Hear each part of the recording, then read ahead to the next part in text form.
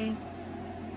Today I wanted to talk to you about taking care of yourself during this process, and mostly about taking care of your heart, because this journey is really, really hard, and it's filled with grief and sadness and anger for so many women. And I just want to tell you, Mama, that you should be able to feel your feelings and not have any guilt or shame about them. I want to give you permission to feel angry, to feel sad, to feel like you're grieving, because so much of this process, actually, there is loss. There's loss every month that you don't get a positive test. There's loss every month when you feel like you might be pregnant and then you get your period. There's loss every time you have a chemical pregnancy or a miscarriage. There's loss every time someone you know gets pregnant and you didn't. All of those things register in our heart as loss. So I want you to give yourself space to feel that. Give yourself permission to be sad, to be angry, to be filled with grief and like self-pity. I kind of hate that term, because the other term for that is compassion and empathy for yourself.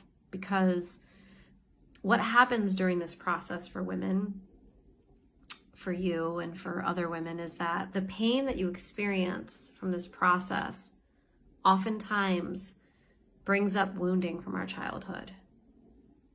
And the stories that we tell ourselves about our body and our capabilities are old stories that we've been telling ourselves since we were a little girl that now show up in the fertility package. So a lot of these stories that you tell yourself about your abilities and your future and your dreams, a lot of them are old stories that are now resurfacing when you're going through trauma again.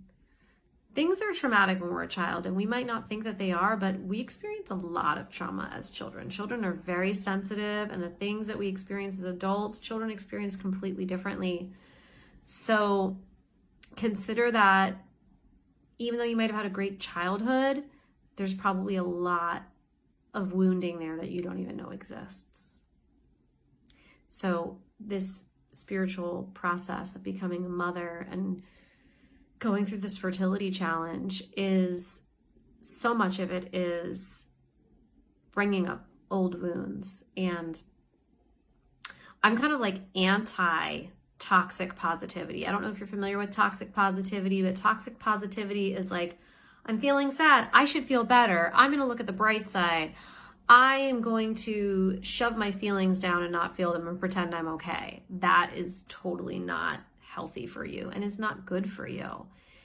Feel your pain, feel your sadness, journal from it. Journal from what you're saying to yourself. Journal from, I don't think I can do this. How much more of this can I take?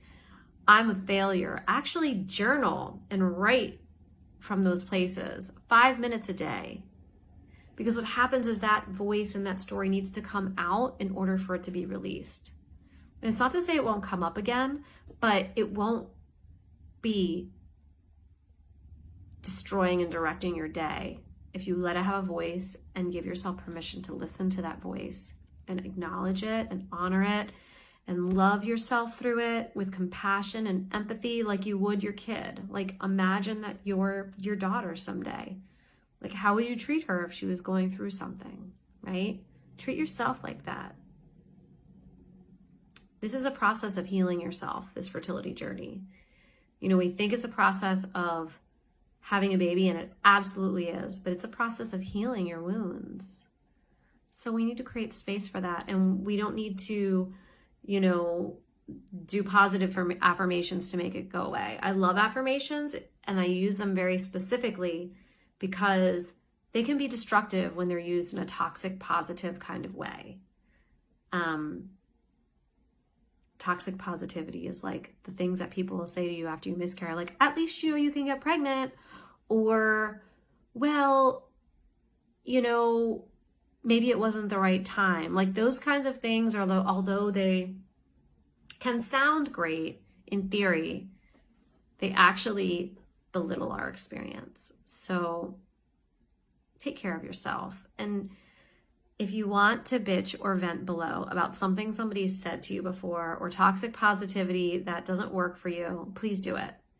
But I want to say, it's important for us to be doing this healing while we're on this journey so we don't get stuck in those emotions. There's nothing wrong with anger or fear or grief or sadness. There's nothing wrong with it. Spiritual communities have over the years really made a lot of people feel like it's not okay to feel those feelings.